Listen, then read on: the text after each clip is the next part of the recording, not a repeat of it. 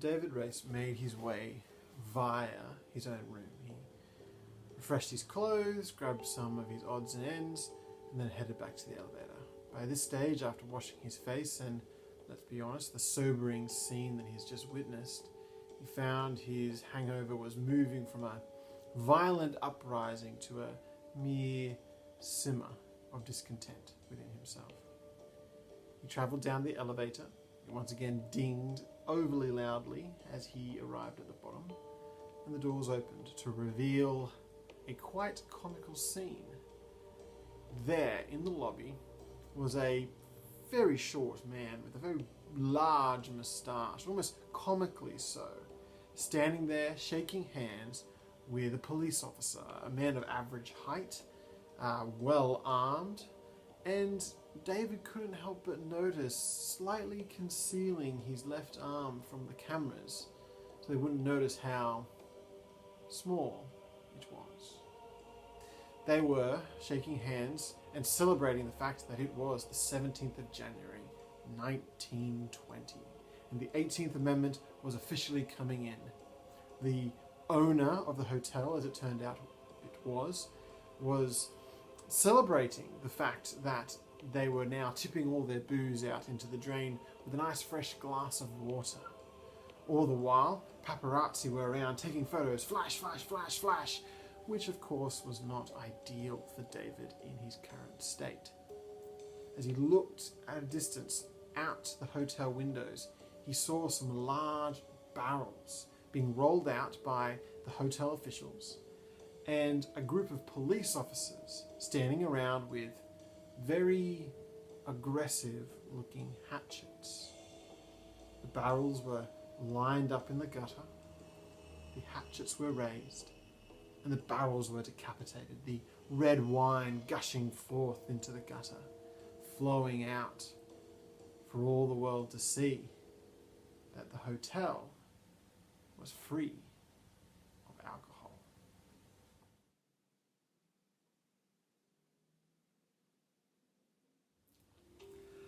Hello, my name is Evan, and this is an Ironsworn mystery series, The Big Try. This is actually part 2 in the series so far. Kind of really encourage you, if you haven't seen part 1, go back and watch it, even though it is a bit lengthy. But it's lengthy because not only does it contain the story that we're following so far, but also a lot of the rule system that we're going to be following in order to play this game. As we continue it, as these videos roll on, hopefully they'll be a bit shorter. I'll be doing less of the rule explaining, kind of relying on the fact that you saw the first one. But if you just want to jump in here, you're also welcome to. I'm not going to tell you what to do. This is a role-playing, solo play mystery story, which you think would be a bit of an oxymoron. How do you plan out a mystery for yourself to solve? Well, very simple. You make it random. You have your character investigate fairly random scenes, meeting fairly random characters, and collecting fairly random clues. The trick is taking all those pieces at the end and putting them together into a cohesive narrative, like a detective in a detective story, finding seemingly random pieces of evidence, but having the wits and wisdom to put it together to set the world right. Or at least that's what this game is trying to emulate. So jump on in, welcome, let's get started. So last time in this little adventure, David Race has stumbled upon a crime, as detectives are often wont to do. It is the murder of a George Templeton, a very strange Patrick Instow, dragged him into the case thinking that he was Johnny Race, the famed spy/detective, but not realizing that it was his younger brother until it was too late and David was neck deep in it. He went upstairs to John Templeton's hotel room, found his body brutally murdered. He apparently had massive gashes up his arms and had bled out in what looked like some sort of attack. He did have a switch knife on him that was chipped and bloodied and used. But also very oddly on him, he not only had a scrap of a fur coat in his hand, but also some mouldy meat in his pocket. Very odd, very odd. As we searched the room, not only was there signs of a struggle, But there was also a family portrait with Templeton himself in that photo. We don't know who else is in the family yet. We didn't actually roll to find that out, but we can do that again if it comes up. There was also a burnt letter, which contained a name. So a burnt letter in the fireplace. The name of a Captain Darcy. Captain Darcy. We have no idea who that is, but it's a possible lead that we can try and follow. We also found that there was a British government lockbox. Templeton and Patrick, they were government officials for the British government, trying to make a land deal for some sort of defence something. We proceeded to try and ask Patrick in Stow more about this land deal and anything else he knew about the case. The conversation was a bit of a dud. He really didn't reveal all that much until the very end. Mainly because he discovered that we weren't who he thought we were. He got all very shaky. He also got very defensive, very, oh, you must be loyal to me. We got around that through lying, which he kind of believed. But in the end, we're able to ask him the question, what did he see the night of the murderer? He revealed that George Templeton had met some shady figure. We don't know who it is.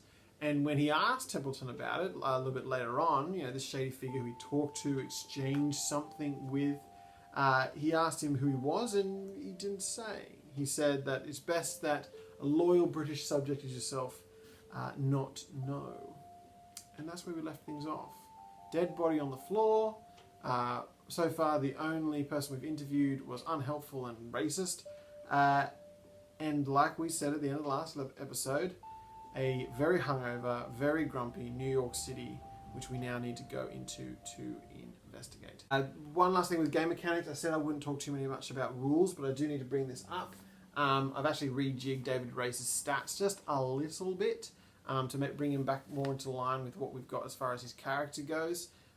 We're going the standard Ironsworn spread. If you want to have a look at Ironsworn, it's by Sean Tompkins, I believe. Great game, great series. Encourage you. It's free, so you might as well go get it and play it. And we're using the standard stat array. So that's the stat array. I'll stick to that for the rest of the series. Let's actually begin the investigation, shall we? As I said, David Race has come down to the hotel lobby. It's a scene of a photo op. There's the owner of the hotel, very nice hotel, very well-established hotel, shaking hands with the chief of police, showing that they're doing their part to enforce the Fifth Amendment. Barrels are rolling out, being emptied of alcohol on the street. Some great photos if you want to Google them. Prohibition New York. The typical fare of people smashing things and pouring them out into the street. But David Race does notice the barrels being rolled out. They're awfully recent. You can see the date on the lids as they're going out. They're all, 1919 or 1920 or 17, which he knows for a fact was a pretty poor vintage year for American wines. Where's all the good stuff?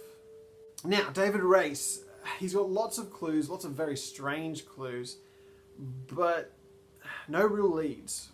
We know we have a name, Captain Darcy. It's New York City. Captain Darcy could be someone in that city, maybe even somewhere else in the world. So we don't know. We can inquire about that name, maybe at the hotel desk, maybe with the police. Maybe it's a known criminal. We could go down to the docks. I don't know what the New York docks are called. When I find out, I'll put it in there. So Mr. Darcy, Captain Darcy, we'll keep an eye out for him, but I don't think that's going to be our main line of inquiry. I guess the main line of inquiry that I think we might pursue first, before we go out into the city, is going and talking to the hotel staff. We'll see if we can find the person who was on the desk last night, to find out some more information maybe about this shady figure who Mr. Ian Stow saw Templeton talking with. So maybe he has more information. He got a better look at this person, so we know who it might be. But interestingly, Stow said that when this shady person left, they went out the back.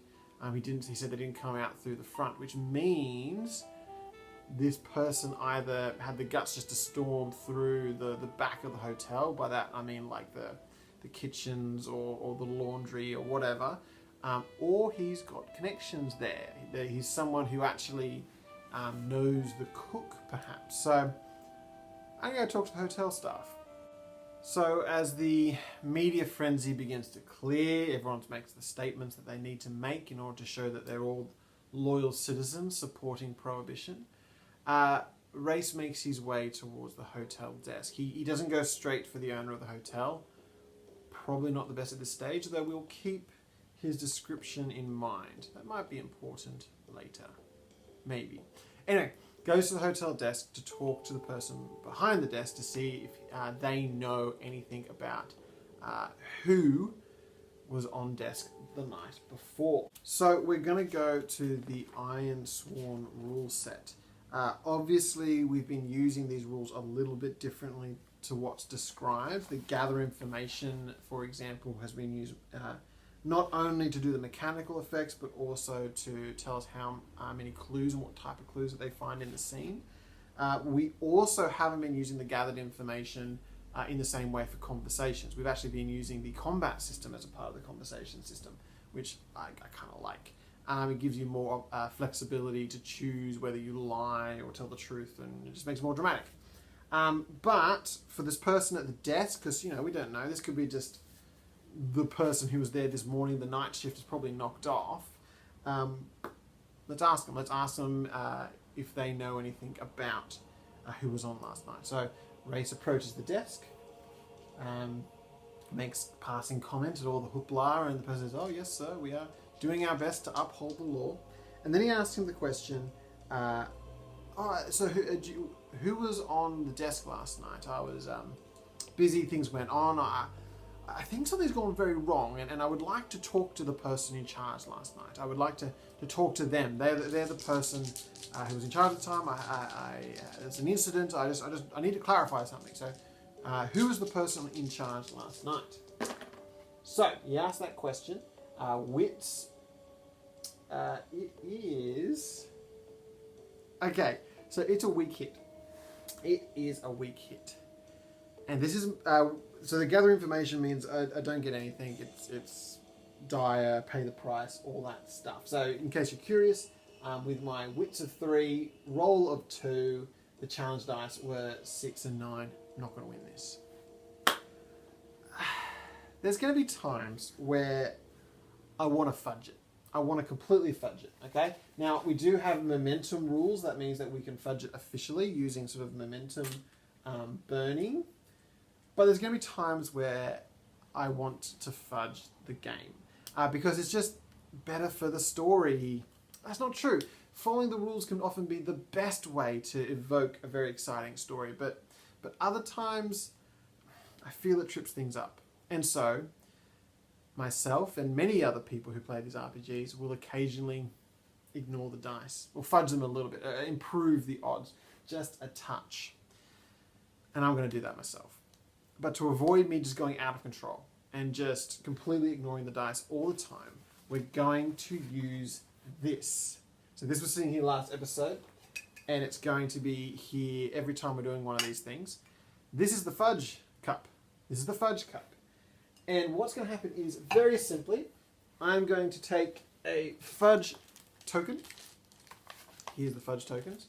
Little tokens from another game, a very good game, which I might talk about some other time. Here we are, a little red fudge token. This fudge token represents $2. 2 Australian dollars. I take it, I put it in the jar. I now owe $2 to a charity, okay? I will specify the charities as we go along. I'm thinking the first one that we will do is the Australian Cancer Council. They do lots of research. They help fund a lot of the research into different cancers, cancer treatments, also campaigns to help encourage things like sun safety to avoid sun cancer, which is a big thing in Australia. Good work, great people, worth supporting, worth Googling. And so I'm happy to be sending them a little bit of money their way. I'm not a rich man though, okay? So anytime I fudge the dice, like I'm about to now, I must put a token in that jar. I'll let you know. I'll tell you. You can even also keep an eye on it. Watch this thing sort of slowly fill up. But that token right there is a sign of me saying I've succumbed to the evil of fudging the game, but I will try and balance out that evil with a little bit of good. Okay, a little bit of good. $2 to a charity. So it got a miss, a straight miss. We'll bump it up just one. We'll say that it was a weak hit. Okay, so we're going to get the information we need, though it's not going to be straightforwards. I will get one momentum on that. So it's a weak hit. The person behind the desk, he's like, oh yes, yes, the person who's in the concierge, that wasn't me. They are not here right now. And Ray sort of asks, could you call them down? Could I get to know who they are? Who was the person that was on the desk? Mark Culloden. Mark Culloden was on the desk. Today I'm using the Mammoth Book of Detective Stories, edited by Herbert Van Thal. This is where we're going to get some of our names from. But Mark Culloden, he was on the desk last night, but he is not here right now. Race asked if there's any way that he could see him. If he could, does he live in the hotel? Does he live nearby? Is there some way that he could speak to him? Is he on desk soon? So it was a weak hit. Information complicates your quest. Oh, I'm afraid, sir, that Mark Culloden will not be working here anymore. You won't be able to see him. Race is confused. What do you mean? What do you mean? Well, you see, this is information about the staff, but let's just say he no longer works here anymore. He barely even worked here as it was. He wasn't a fixture in the staff. He was only a temp worker. The hotel was not happy with his services, so we sent him on. Okay, so Mark Culloden was on desk last night, but he no longer works for them. So now what Race needs to do is he needs to talk to this Mark Culloden and find out where he is now, because that's interesting. He could instead go and talk to the kitchen staff, but it's curious that this guy, he had only just started working at the hotel, shady stuff happens, he disappears. Why is that? So my curiosity is piqued. Race is going to try and compel this hotel clerk to tell him where it is. I've got options here. I can sort of threaten him. I can try and persuade him. But as I said earlier, his heart, he's not a very sincere person. He's not very intimidating as so much anymore. So he's going to lie to him. He's going to tell him an untruth to try and convince him otherwise. So Race turns to this hotel clerk and says, damn it. Look, I've got to be honest with you, mate. He's an Australian. I've got to be honest with you, sir. The reality is, Mr. Culloden, he owes me money. That's why I need to see him so badly. Last night, we're all having a few. I placed a small wager with him about how much we could drink out of a certain person's shoe, and I won. Now, he said he was good to see me tomorrow. He worked here after all. I knew where he worked, so I should have been able to collect, but that bastard now seems to have run off. Look, can you do me a favour? Do you know where he lives? Do you know where he could have gone, where I could find him? I just need to collect. If nothing else, this guy's a scoundrel. Can you help me catch this scoundrel? Let's have a look. +2, so +2 on a 3 with a 2 and a 5. Weak hit, okay?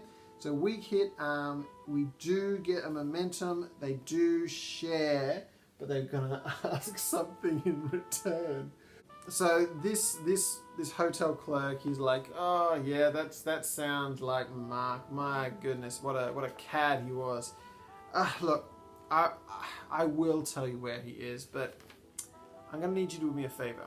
Okay, a little favour to do with him. I need you to do something for me when you find him. So, we've got here some random tables. These are the random tables created by the wonderful Matt Davids. Matt Davids created these random tables. We're going to do a random job. Okay, so there's some random jobs here that people can do. I'm going to roll. If it's anything that's like super because these tables are based on sort of a fantasy world, we'll update it for the 20th century. Okay, so we got a 97, and 97 was fix a wagon for a widow. Again, fantasy, 20th century. Let's change that up a bit. Look, when you find that cad, can I please get you to get the car off of him? Car off of him? What? You see, he borrowed the car of Miss Jenkins. Miss Jenkins, she's the soul of the earth type, you know, kindly. She really wants to help everyone. So I was wondering if while you were there, could you get the car off of him? He borrowed the car off of Mrs. Jenkins in order to run some errands or something. He hasn't returned it. And of course, now that he's left, there's no guarantee that he will. So I'll let you know where his address is, but when you find him, you've got to get Miss Jenkins' car. He's got to get Miss Jenkins' car. So that's fine. We'll see if we can do that. And David does have a bit of a choice here. He's under no obligation to get Mrs. Jenkins' car. As soon as he gets the address, he can just get out of there. But he is staying at this hotel, and so this hotel guy might, I don't know, spit in the bed or do worse. So we might help him out. We might have our poor Miss Jenkins get the car back. The desk clerk gives David Race the address of Mark Holden, and he proceeds out onto the streets of New York. The smell of booze is almost intoxicating. As David looks one way up the street, he can just see hotel after hotel, restaurant after restaurant, all rolling out their barrels, bringing out their carboy fermenters, bringing out bottle after bottle, and they're all just smashing it in the street. Glass is going everywhere. The gutters are flowing with alcohol of varying quality. Again, David can't help but feel, as he looks at all these shops smashing their supplies, there should be more. Maybe they intend to hold it back over the course of the day. Maybe not. Maybe it's all more a bit for show. But nonetheless, it's still enough in this big city to just reek of just this alcohol smell. The police are watching this all happening, sometimes watching more intently on some shops more than others, which is a little suspicious. And also in the streets, there's all sorts of these little urchin-y type kids ducking around the corners where the alcohol is flowing down the gutter with buckets, sitting them in the gutter, filling them with the alcohol that's draining down, and then squirreling them away. Hey kids, what are you doing? Come back with that. They're heading off with the alcohol to maybe sell later as bootleg. These are poor, desperate kids. As Race is watching this happen, he doesn't immediately hail a taxi. Instead, he goes around one of these alleyways where the kids are scattering with their little containers of alcohol. And he heads towards the backs of the hotel. It takes a little while to get there. It's a pretty big hotel. And he goes and he looks for the bins. So he looks for the bins. Templeton had moldy meat on him. What on earth is that about? He's going to go to the bins. He's going to have a bit of a look, a bit of a rummage to see if he can see a similar kind. Did Templeton pick up the meat that night? Like where's this meat come from? Is basically what I'm asking. And hopefully that might give us another lead as to what's going on. So again, another just simple gather information roll. Okay, so we're actually not going to be using the gather information roll for this one. We're just going to use the ask the oracle table. We'll just see, literally he's going to spend some time rummaging through the bins. He's going to do a bit of a search of it. It's kind of gross, but considering there's so much like mess going on anyway right now, he basically decides just to tip out the bins when he finds them. Big bins and a whole bunch of them, and just basically kick through this looking for the right kind of meat. So we're going to go 50-50 on the Ask the Oracle table. So if it's there, he'll find it. So 50-50, what do we got? We got ourselves 33. So no, he doesn't find the same sort of other moldy things, obviously, heaps of moldy bread. He finds even the same sort of meat. Like, we didn't clarify if it was chicken or pork, but he finds the same sort, but it's like cooked in a different way. It's got a different glaze on it. As he's doing this strange behavior, does someone from the kitchen staff notice him doing this? I'm going to say it's likely. So let's see if he gets noticed while he's doing this. Yes, he does get noticed. Someone in the kitchen staff comes out, "Oh, hey, what are you doing? What are you doing?" Who is this person? Is this kitchen staff person someone going to be useful? Is it going to be the head chef? The head chef. It's unlikely. But it'd be damn lucky if it was the head chef, because I've got some questions I wouldn't mind asking them. So, unlikely, but let's roll it. Is it the head chef? No, it's not the head chef. It is an underling. It is one of the other scullery chefs. They're also involved in the kitchen. Maybe not too high up though. Maybe they're just in charge, not doing the dishes. They're not a dishes person, but they're the ones doing all the vegetables. You know, they're the ones that they're involved, but they're not overly interested. David Race asked this person a question. I've lost my wedding ring. I've lost my wedding ring. I was wondering if you could help me with finding it. I lost it in a meal. Okay, I was having this meal, we were eating here. I think a bit boozy last night. Can't quite remember. And as I was eating, I got some in my hand. I put it down on the plate. It's gone off. I didn't eat the meat of that meal. I ate everything else. Again, too much to drink, so I didn't notice when they took the plate away with my ring on it.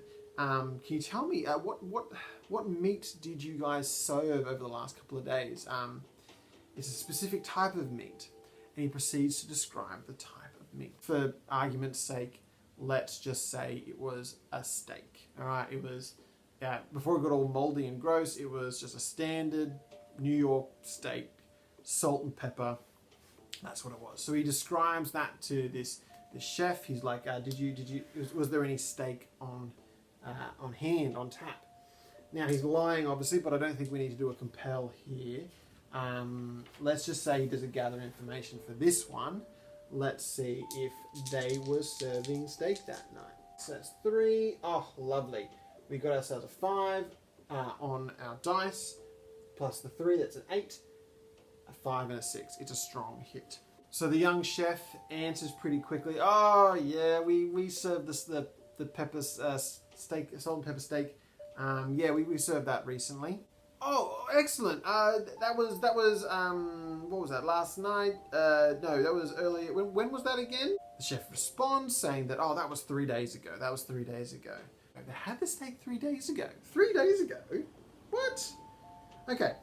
So they had this steak 3 days ago, and Templeton pocketed some of it? It could be a red herring. He could have just been saving it for later and then forgot. But you don't forget you've got a lump of steak in your pocket? Why would he want steak 3 days out from his murder? That's weird. So with that random, possibly red herring under David's cap, he heads out into New York. He hails down a cab. At first takes a while. The cab seemed a bit slower this morning, but sure enough, one does turn up. The cab driver's a little soft-spoken, certainly he's more soft-spoken than the famous New York cabbies typically are. It's very apparent that the cabbie has quite the headache. So David jumps into the cab, he gives him the address, and they proceed to drive away. What part of the city is it in? What type? Like, is it nice? Is it dodgy? Is it middle class? What have we got? Okay, so it's not the wealthiest part of town, but they continue to drive. They drive to a nice enough spot. It's not too far away from Central Park. It's not right on Central Park. But he arrives at a relatively nice apartment block. Not overly old, not overly new, middle class. So it's a nice apartment, but I'm thinking it probably has on-street parking. So as he sort of approaches, does he see poor Miss Jenkins' car, based on the description that the hotel clerk would have given him? So does he see his car? Let's say it's likely. Let's say it's likely. If he's got the car, he probably still has it, surely. Absolutely. Even if it was 50-50, we've got a 92. So as he approaches the apartment, it's not like right in front of the apartment, but a little down the way, he sees the nice sort of lime green that this car is, which is a very odd colour for the time. But there it is down the way. Well looked after, well maintained, looking okay. So David walks past the car. He tests the handle of the car. He tests to see if it's locked or not, because depending on how this next bit goes, David might not have any qualms just walking down and maybe trying to like jump start the car and see if he can nick off with it. So is it locked? We'll say 50-50. No, we'll say it's a nice part of town. 50-50. Is it locked? Yes, it is locked. He figures he's going to need to actually get the keys or something to get in. He could break a window, but no. Goes back to the apartment. Goes up the flights of stairs. There's no elevator in here, but it's not a very tall apartment block, so it's not too much of a struggle. As he walks through the apartment, it's pretty quiet. There's a lot of obviously ruckus throughout town with everyone checking out things, but I guess here, that kind of ruckus doesn't quite reach. There's some nice music playing somewhere. Someone's got a record player, and it's just playing something softly as he approaches the apartment building of Mark Culloden. He knocks on the door. Okay, so he knocks on the door and the door opens. The door opens ajar slightly, but there's no chain on the door. This person's not scared of someone busting and breaking. It is indeed. We're gonna say it's. I'm assuming we're gonna say it's Mark, but what does he look like? Mark is a tall man, athletically built. He's well dressed for the morning. Obviously, he's not going to work, but he's got a nice clean shirt on, and he seems to have a relatively charming smile on his face. But of course, looks can be deceiving. Let's find out more. So we're going to be again using the Une NPC emulator creator in order to figure out what type of person Mr. Culloden is. Okay, so Culloden is a mindless. Okay, mindless. Obviously, he was a hotel clerk, but he gives off the air of a mindless aristocrat. He's someone who, again, seems out of place in New York City. In this sort of middle-class apartment, he looks like he should be someone who's just come off the boat, you know, off the yacht club. That's maybe the clothing he's wearing. He looks like he's someone who's just come off of playing tennis or something. You know, he's just well dressed, collared, button. He just looks like he's relaxed and a bit mindless. He doesn't really know what's going on exactly. So maybe there's a bit of substance going on. We don't know. But he's a mindless, aristocratic-looking bloke. Whether he is or not, who knows? What's going to be his main motivation? Again, David won't know this is his motivation, but what's his motivation in life? He wants to relate. He wants to relate progress. He wants to relate progress. So he's this mindless person. He's well dressed. He's elegant. He's going to be the type of person who is always willing to talk about how things are improving, things are getting better, things are going brighter, to more sunlit uplands. He's liked his new bits of technology, showing that man is becoming more industrious and more better. Again, he's mindless himself, so he doesn't really think through some of this. Like, oh yes, progress is wonderful. He's just like, oh yes, everything's wonderful, everything's great, always getting better, always getting better. So David Race is going to ask if he can come in before we start a full conversation. Ah, my good man, are you Mark Holden? Why, yes, old bean, I am Mark Holden. How may I help you? Oh, thank goodness. You see, I'm actually the nephew of dear Miss Jenkins. I understand that you have her car. I was wondering if I'd be able to pick it up.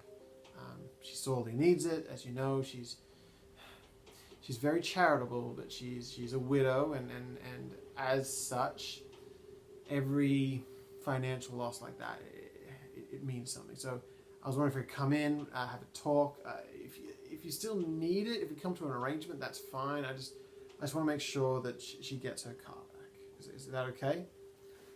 Is that okay? So we'll roll to see if that worked. He's lying. He's obviously lying. He's not Miss Jenkins' nephew. But did he compel him with this lie? So +2. Oh, it's a good one. So +2 to a 6. And it's a strong hit because we got a 7 and a 6. So strong hit, of course. Come on in. Make yourself at home. Make yourself comfortable. David heads into this apartment building. The windows are open. The blinds are slightly open with a little bit of breeze coming in, just waving them a little bit. The place is fairly well attired. It matches him. It matches his sort of aristocratic look. All well kept, all well done. Why was this guy a hotel clerk? Let's keep going. Sorry, me from the past, but no, we're not going to keep on going. Now, don't kill me, please don't kill me. This video went way longer than I had intended it to go, so we're going to break it up into 2 parts. I'm so sorry about that. It wasn't what I meant. I will drop this next video a bit earlier than I planned to. It's going to be a 2-parter, so look forward to that. What did we learn in this episode? We learned that where the moldy meat came from, it actually did come from the hotel 3 days ago. Very odd that he kept moldy meat in his pocket for the last 3 days for reasons we don't know. We also learnt that the hotel desk person the night of the murder was a Matt Colden. We found where he was. He is a very aristocratic person in a very dead-end job. So what's all that about? Did he see anything important on that night? Will he give Miss Jenkins' car back? You will have to find out next time. I already know. It's quite exciting. Conversations. And let's just say the episode ends with a bang. And we can answer the question, why are there now 2 fudges in the fudge dice? So thank you again for watching. I hope to see you again soon. We will see you next week. Goodbye. Thank you again for watching. This is the part of the video where I do ask you to like and subscribe if you enjoyed what you've watched. But I would also like to draw your attention to some awesome people doing some excellent things.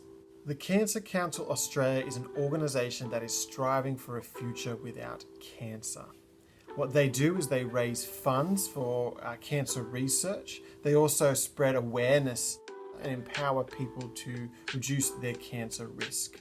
They are a charity most famous for their Daffodil Day. However, they are willing to partner with all sorts of people to do anything they can to raise money to help create a better future.